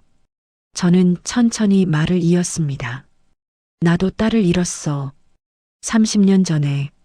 그 딸이 혹시 너일 수도 있다는 생각을 하고 있어. 안에서 소리가 멈췄습니다. 잠시 침묵이 흘렀어요. 그러다 문이 천천히 열렸습니다. 지민이 서 있었어요. 눈이 퉁퉁 부어 있었고 얼굴은 창백했습니다. 무슨 소리예요? 지민이 물었습니다. 저는 안으로 들어갔어요. 좁은 방이었습니다. 작은 침대 하나와 책상 하나가 전부였어요. 지민은 침대에 앉았고 저는 책상 의자에 앉았습니다. 선자는 문 밖에 서 있었어요. 저는 지민에게 모든 걸 설명했습니다. 버스 화재 사고와 제 딸 수아 이야기, 병원 기록 조작과 바뀐 아기들 이야기, 그리고 선자가 왜 지민을 데려올 수밖에 없었는지까지요. 지민은 말없이 듣고 있었습니다. 다 듣고 나서 한참 동안 아무 말도 하지 않았어요. 그러다 조용히 물었습니다. 그럼 제 진짜 부모가 누군지 알 수 있나요? 저는 고개를 끄덕였습니다. 유전자 검사를 하면 돼. 나랑 내 혈액을 비교하는 거야. 지민은 손목의 화상 흉터를 만지작거렸습니다. 만약 아저씨 딸이 아니면 저는 대체 누구인가요? 저는 대답하지 못했습니다. 지민이 눈물을 흘렸어요. 저는 평생 뿌리 없이 살았어요. 친부모가 누군지 어디서 왔는지 아무것도 몰랐어요. 겨우 희망을 가졌는데 또 아니면 어떡해요. 저는 지민의 손을 잡았습니다. 지민아, 내가 내 딸이든 아니든 상관없어. 중요한 건 진실을 아는 거야. 그리고 널 사랑한 사람들을 기억하는 거고. 지민은 제 손을 꽉 쥐었습니다. 검사해요. 알고 싶어요. 제가 누군지요. 사흘 후 우리는 시립병원 체열실에 모였습니다. 저와 지민 그리고 선자와 유정이 함께였어요. 간호사가 제 팔에서 피를 뽑았습니다. 그 다음 지민의 피를 뽑았어요. 유정이 검사 의뢰서를 작성했습니다. 결과는 일주일 후에 나와요. 유정이 말했습니다. 그동안 마음 편히 가지세요. 하지만 마음이 편할 리 없었습니다. 그 일주일은 제 인생에서 가장 긴 일주일이었어요. 매일 아침 눈을 뜨면 오늘이 결과 나오는 날인가 확인했습니다. 지민도 마찬가지였던 것 같아요. 선자 말로는 밤마다 잠을 설친다고 했습니다. 그러던 중 예상치 못한 일이 벌어졌습니다. 검사 결과를 기다리던 나흘째 되던 날, 유정에게서 급한 전화가 왔어요. 정 선생님 큰일 났어요. 검찰에서 연락 왔어요. 뭐라고요? 며칠 전에 제가 시민단체 쪽에 기록 사본을 익명으로 넘겼거든요. 그 사람들이 다른 유가족들하고 같이 움직였나 봐요. 옛날 버스 화재 사고 관련해서 병원이랑 버스 회사를 상대로 집단 고소가 들어갔대요. 유가족들이 병원이랑 버스 회사 상대로요. 저는 정신이 번쩍 들었습니다. 갑자기요. 네, 누군가 제보를 한 것 같아요. 병원 기록 조작에 대해서요. 그래서 검찰이 재수사에 들어갔대요. 저한테 당시 기록 제출하라고 연락 왔어요. 저는 말을 잇지 못했습니다. 유정이 계속 말했어요. 정 선생님도 조사받으셔야 할 거예요. 유가족이시니까요. 그리고 증인으로도 필요하고요. 알았어요. 저는 대답했습니다. 언제요? 모레 오전 10시에 검찰청으로 오래요. 저도 같이 갈게요. 그날 밤 저는 지민과 선자에게 연락했습니다. 검찰 조사 이야기를 전했어요. 지민이 물었습니다. 저도 가야 하나요? 아직은 아니야. 저는 대답했습니다. 일단 나랑 유정 씨가 먼저 가볼게. 선자 씨도 나중에 조사받게 될 거야. 선자의 목소리가 떨렸습니다. 저 감옥 가는 거 아니에요. 아기 데려온 것 때문에요. 저는 고개를 저었습니다. 모르겠어요. 하지만 진실을 말하는 게 맞아요. 이틀 후 저는 유정과 함께 검찰청으로 갔습니다. 낡은 건물이었어요. 복도를 따라 걸어 조사실로 들어갔습니다. 젊은 검사 한 명이 우리를 맞았어요. 정혜수 씨 맞으시죠? 네. 앉으세요. 검사는 서류 뭉치를 펼쳤습니다. 30년 전 버스 화재 사고 기억하시죠? 네. 당시 따님을 잃으셨다고 기록돼 있는데요. 저는 고개를 끄덕였습니다. 검사는 몇 가지 질문을 던졌어요. 당시 상황과 보상금 수령 내역과 사고 처리 과정에 대해서요. 저는 아는 대로 대답했습니다. 그러다 검사가 다른 서류를 꺼냈어요. 그 서류를 보는 순간 저는 다시 한번 심장이 내려앉는 느낌을 받았습니다. 그런데 최근에 새로운 정보가 들어왔습니다. 병원 측에서 사망자 명단을 조작했다는 거요. 신생아 한 명을 바꿔치기 했다는 정황이 있어요. 저는 숨을 참았습니다. 검사가 저를 쳐다봤어요. 혹시 이 사실 알고 계셨나요? 최근에 알게 됐습니다. 저는 대답했습니다. 검사는 눈썹을 치켜 올렸어요. 어떻게요? 저는 유정을 바라봤습니다. 유정이 고개를 끄덕이며 가방에서 서류 뭉치를 꺼냈어요. 제가 당시 병원 간호사였습니다. 개인적으로 기록을 보관하고 있었어요. 유정은 검사에게 모든 서류를 건넸습니다. 신생아 진료 카드와 바뀐 명단과 녹음 파일까지요. 검사는 서류를 하나씩 검토했어요. 얼굴이 점점 굳어졌습니다. 녹음 파일도 들려줬어요. 검사는 녹음을 다 듣고 나서 한숨을 쉬었습니다. 이건 명백한 증거인멸이고 공문서 위조네요. 병원장은 지금 어디 있습니까? 유정이 대답했습니다. 10년 전에 사망했습니다. 검사는 고개를 끄덕였습니다. 그럼 당시 관련자들을 찾아야겠네요. 원무과 직원이랑 버스 회사 임원들이요. 저는 조심스럽게 물었습니다. 그럼 제 딸은요? 제 딸이 정말 죽은 건가요? 검사는 서류를 다시 봤습니다. 기록상으로는 사망으로 돼 있지만 실제로는 알 수 없습니다. 바꿔치기가 있었으니까요. 혹시 따님일 가능성이 있는 사람이 있나요? 저는 고개를 끄덕였습니다. 한지민이라는 사람입니다. 지금 유전자 검사 중이에요. 검사는 메모를 했습니다. 결과 나오면 바로 알려주세요.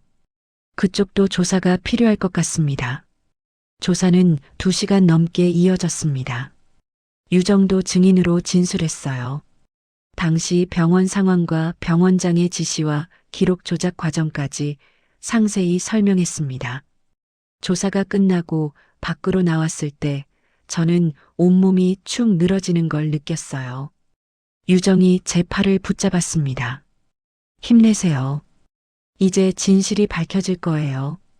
그날 오후 저는 택시회사 사무실로 지민을 불렀습니다. 선자도 함께 오라고 했어요. 셋이 작은 사무실에 앉았습니다. 저는 검찰 조사 내용을 모두 전했어요. 지민은 말없이 듣고 있었습니다. 다 듣고 나서 물었어요. 그럼 유전자 검사 결과는 언제 나와요? 내일 모레요. 저는 대답했습니다. 지민은 고개를 끄덕였습니다. 그런데 그때 제 휴대폰이 울렸어요. 유정이었습니다. 정 선생님 결과 나왔어요. 벌써요. 이틀 남았다며요. 병원 측에서 급하게 처리해 줬대요. 검찰 수사 때문에요. 저는 숨을 멈췄습니다. 결과가 어떻게 됐어요? 유정은 잠시 침묵했습니다. 그러다 조용히 말했습니다. 정 선생님, 지민 씨는 당신 딸이 아니에요. 심장이 내려앉는 것 같았습니다. 뭐라고요? 혈연 관계가 없대요. 완전히 남남이래요. 저는 휴대폰을 떨어뜨릴 뻔했습니다. 그럼 말을 잇지 못했습니다. 유정이 계속 말했어요. 대신 다른 게 밝혀졌어요. 지민 씨 혈액형이 AB형이에요. 당신은 O형이고요. 그런데 당시 버스 사고 기사가 AB형이었대요. 저는 멍하니 서 있었습니다. 무슨 뜻이에요? 유정의 목소리가 떨렸습니다. 지민 씨는 사고 기사의 딸일 가능성이 높아요. 당신 딸이 아니라요. 저는 주저앉았습니다. 의자를 겨우 붙잡고 앉았어요. 지민과 선자가 저를 쳐다보고 있었습니다. 무슨 일이에요? 지민이 물었습니다. 저는 떨리는 목소리로 대답했습니다. 넌 내 딸이 아니야. 지민의 얼굴이 하얘졌습니다. 선자는 입을 막았어요. 저는 계속 말했습니다. 넌 사고 기사의 딸이야. 병원에서 아기들을 바꾼 거야. 지민은 고개를 저었습니다. 아니에요. 그럴 리 없어요. 유정이 다시 전화로 말했습니다. 정 선생님 더 들으세요. 병원 측에서 추가 기록을 찾았대요. 당시 버스 기사 이름이 한진우예요. 부인 이름이 이미선이고요. 사고 당일 부인이 산후조리원에 있었대요. 출산한 지 3개월 된 딸이랑 같이요. 저는 눈을 감았습니다. 그럼 그 아기가 지민이라는 거예요. 유정이 대답했습니다. 그런 것 같아요. 그런데 사고 이틀 후에 이미선도 세상을 떠났대요. 후유증 때문에요. 그래서 아기만 남았고 신원 확인이 안 됐던 거예요. 저는 전화를 끊었습니다. 지민을 바라봤어요. 지민은 울고 있었습니다. 그럼 제 아빠는요? 지민이 물었습니다. 사고를 낸 그 기사예요. 저는 대답했습니다. 지민은 고개를 흔들었어요. 싫어요. 저는 사고 때문에 부모를 잃은 거잖아요. 그 사람 때문에 다른 사람들도 죽었고요. 저는 다가가 지민을 안았습니다. 지민아, 그 사람도 피해자야. 버스 회사가 무리하게 운행 지시를 했고 정비도 제대로 안 했어. 다 회사 잘못이야. 하지만 지민은 계속 울었습니다. 선자도 함께 울고 있었어요. 저는 두 사람을 안고 한참을 있었습니다. 제 딸은 찾지 못했습니다. 대신 다른 사람의 딸을 만났어요. 그 딸도 30년 동안 뿌리를 찾지 못하고 살았습니다. 그리고 저처럼 그 사고 때문에 모든 걸 잃었습니다. 우리는 다 피해자였어요. 그날 밤 저는 혼자 강변 주차장에 차를 세워두고 앉아 있었습니다. 라디오를 껐어요. 그냥 어둠 속에 앉아 생각했습니다. 제 딸은 어디 있을까요? 정말 죽은 걸까요? 아니면 어디선가 살아있을까요? 알 수 없었습니다. 다만 한 가지는 분명했어요. 이제라도 진실을 밝혀야 한다는 것. 병원과 버스 회사의 거짓말을 세상에 알려야 한다는 것. 그리고 지민 같은 피해자들이 제대로 된 보상과 사과를 받아야 한다는 것. 저는 시동을 걸었습니다. 내일 다시 검찰청에 가야겠다고 생각했어요. 그리고 모든 증거를 제출해야겠다고요. 이제 끝을 봐야 할 때였습니다. 그로부터 석 달이 흘렀습니다. 겨울이 지나고 봄이 왔어요. 검찰 수사는 생각보다 빠르게 진행됐습니다. 유정이 제출한 녹음 파일과 병원 기록들이 결정적인 증거가 됐거든요. 당시 병원 원무과 직원들이 하나둘 입을 열기 시작했어요. 모두 병원장의 지시를 받았다고 증언했습니다. 버스 회사 측도 마찬가지였어요. 당시 안전 담당이었던 사람이 회사가 무리한 운행 지시를 했고 정비를 제대로 하지 않았다는 사실을 인정했습니다. 저도 증인으로 여러 번 조사를 받았어요. 제가 당시 회사 편에 서서 유가족 민원을 무시했던 일까지 모두 털어놨습니다. 그게 제일 힘들었어요. 제 잘못을 인정하는 게요. 지민도 조사를 받았습니다. 자신의 출생 기록과 선자가 어떻게 자신을 데려왔는지 진술했어요. 선자는 처음에 벌을 받을 각오를 했지만 검사는 기소하지 않았습니다. 당시 상황을 고려하면 아기를 살리려는 행동이었고 실제로 유괴 의도가 없었다고 판단했거든요.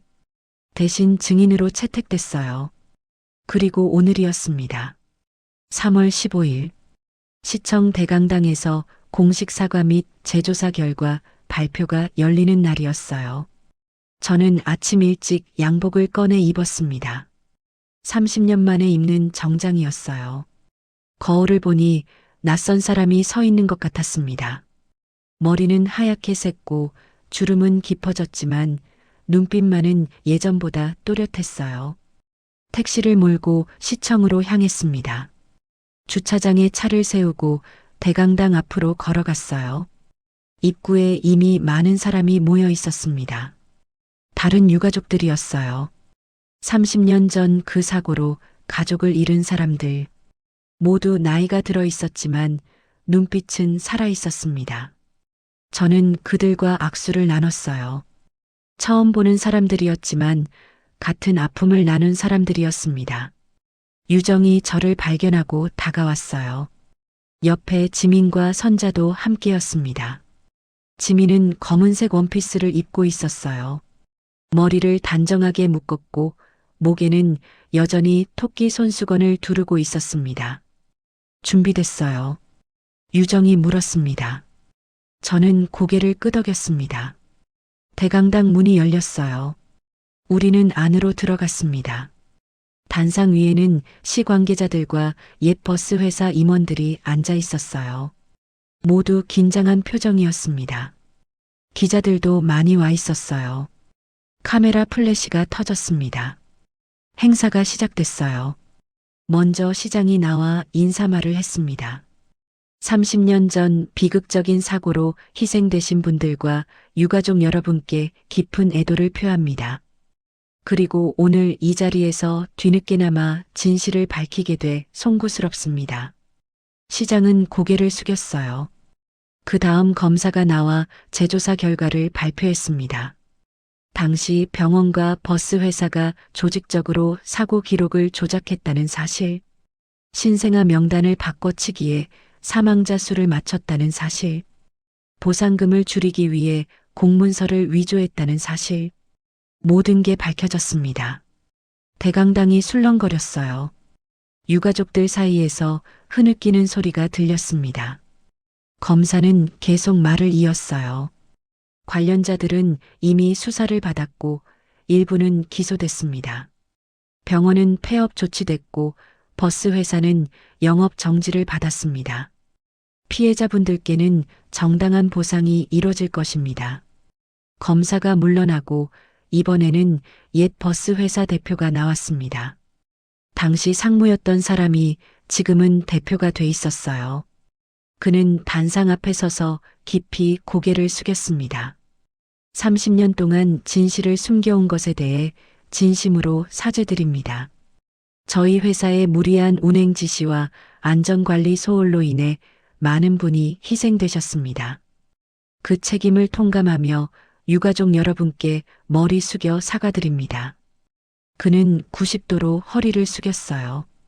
한참을 그 자세로 있었습니다. 대강당이 조용해졌어요. 그 다음 제 차례였습니다. 유가족 대표로 단상에 올라가기로 했거든요. 저는 천천히 일어나 단상으로 걸어갔습니다. 마이크 앞에 섰어요. 수백 명의 시선이 저를 향했습니다. 떨렸지만 참았어요. 저는 정혜수입니다.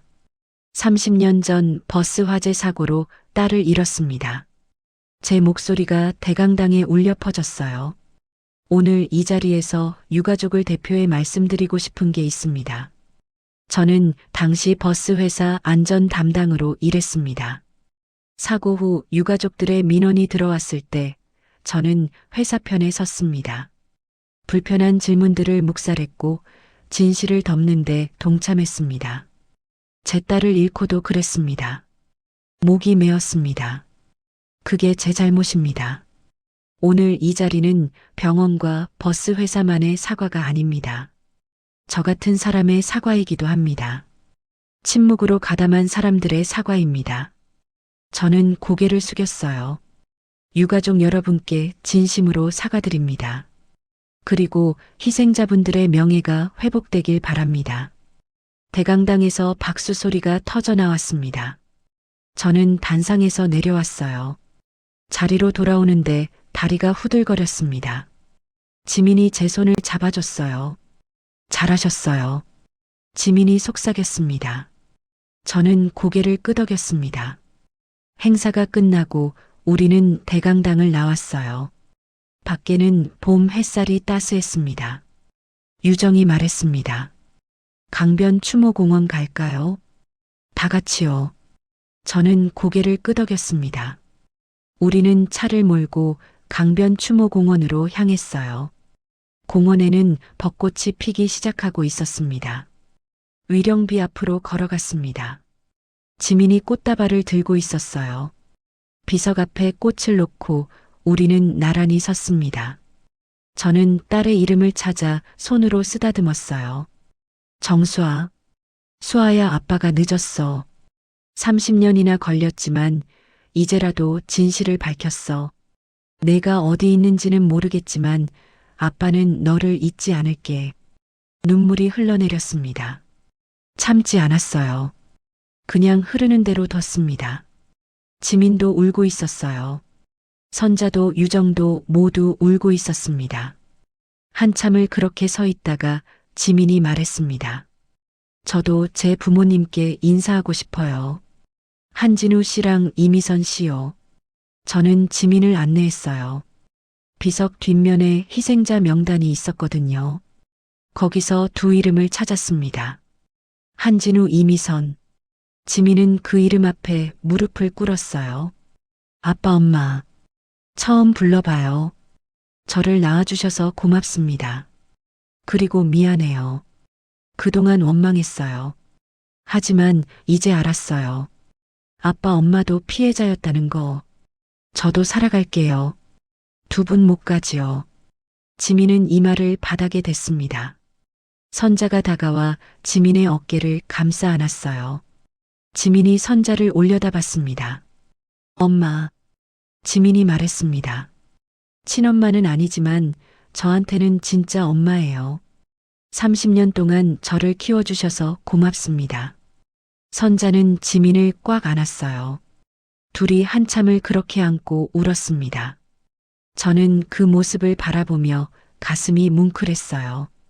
유정이 제 옆으로 왔습니다. 정 선생님 수아는 못 찾았지만 지민이를 만났잖아요. 그것도 의미 있는 일 아닐까요? 저는 고개를 끄덕였습니다. 그래요. 딸은 아니지만 인연은 맞는 것 같아요. 유정이 웃었습니다. 앞으로 어떻게 하실 거예요? 저는 위령비를 바라봤어요. 계속 택시 일할 거예요. 그리고 이 길을 지날 때마다 여기 들를 거고요. 희생자분들께 말을 걸면서요. 유정이 제 손을 잡았습니다. 저도 가끔 올게요. 같이 추모해요. 고맙습니다. 우리는 한참을 더 공원에 있다가 돌아왔습니다. 지민과 선자를 미용실 앞에 내려줬어요. 지민이 차창으로 고개를 들이밀었습니다. 아저씨 이제 뭐라고 부를까요? 아빠는 아니니까요. 저는 잠시 생각했습니다. 그냥 혜수 아저씨라고 불러. 편하게. 지민이 웃었습니다. 알았어요, 혜수 아저씨. 그런데요. 뭔데? 가끔 밥 같이 먹어요. 저랑 엄마랑 아저씨랑요. 저는 웃으며 고개를 끄덕였습니다. 그러자 지민과 선자가 손을 흔들며 골목 안으로 사라졌어요. 저는 차를 몰고 집으로 돌아왔습니다. 밤이 됐어요. 저는 다시 택시를 몰고 나갔습니다. 야간 운행 시간이었거든요. 강변도로를 지나갔어요. 사고가 났던 그 자리를 천천히 지나며 차를 잠깐 세웠습니다. 창문을 열고 밖을 바라봤어요. 강물이 달빛을 받아 반짝이고 있었습니다. 저는 혼잣말로 중얼거렸어요. 수아야, 아빠는 괜찮아. 내가 어디 있든 잘 살고 있기를 바라. 그리고 이제 아빠도 조금씩 내려놓을게. 하지만 잊지는 않을게. 바람이 불어왔어요. 따뜻한 봄바람이었습니다. 저는 창문을 닫고 다시 출발했습니다. 라디오를 켰어요. 잔잔한 음악이 흘러나왔습니다. 그 음악을 들으며 저는 생각했어요. 가족이라는 게 꼭 피로만 이어지는 건 아니구나. 지민이와 저는 피 한 방울 섞이지 않았지만 이제는 서로에게 의미 있는 사람이 됐습니다. 선자도 마찬가지고 유정도 그렇습니다. 우리는 같은 상처를 나눴고 함께 진실을 찾았습니다.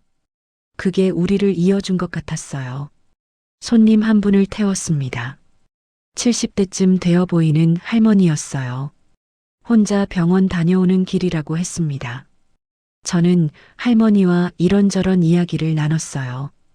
할머니도 혼자 사신다고 했습니다.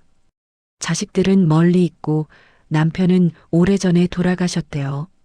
외롭지 않으세요? 제가 물었습니다. 할머니가 웃었습니다. 외롭죠, 당연히. 그래도 살아야죠, 뭐. 저는 고개를 끄덕였습니다. 할머니를 집 앞에 내려드리고 저는 다시 길을 나섰어요.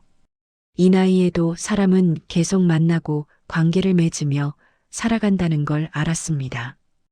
혼자라고 생각했지만 사실은 혼자가 아니었어요. 주변에는 늘 누군가 있었고 손을 내밀면 잡아주는 사람이 있었습니다. 지민처럼, 선자처럼, 유정처럼요. 저는 핸들을 잡고 밤길을 달렸습니다. 앞으로도 이 길을 계속 달릴 겁니다. 가끔 강변 추모공원에 들러 딸에게 말을 걸고 지민과 선자를 만나 밥을 먹고 유정과 커피를 마시며 이야기를 나누겠죠. 그렇게 남은 인생을 살아갈 겁니다. 완벽하지는 않지만 의미 있게요. 혹시 지금 이 이야기를 듣고 계신 분 중에 마음속에 풀지 못한 가족의 매듭이 있다면 그 매듭을 풀지 말지조차 당신이 선택할 수 있다는 걸 기억하세요. 누군가는 풀어야 앞으로 나아갈 수 있고 누군가는 그대로 안고 가는 게 나을 수도 있습니다. 정답은 없어요. 다만 혼자 감당하지 마세요. 손을 내밀면 잡아줄 사람이 분명히 있으니까요. 저처럼요. 이 이야기가 마음 한구석을 조금이라도 쓰다듬어 줬다면 비슷한 시간을 건너는 누군가에게 공유해 주세요. 그리고 앞으로도 함께 이야기 나누고 싶다면 구독 한번 눌러주시면 감사하겠습니다. 더 많은 노년의 이야기, 우리 함께 나눠요.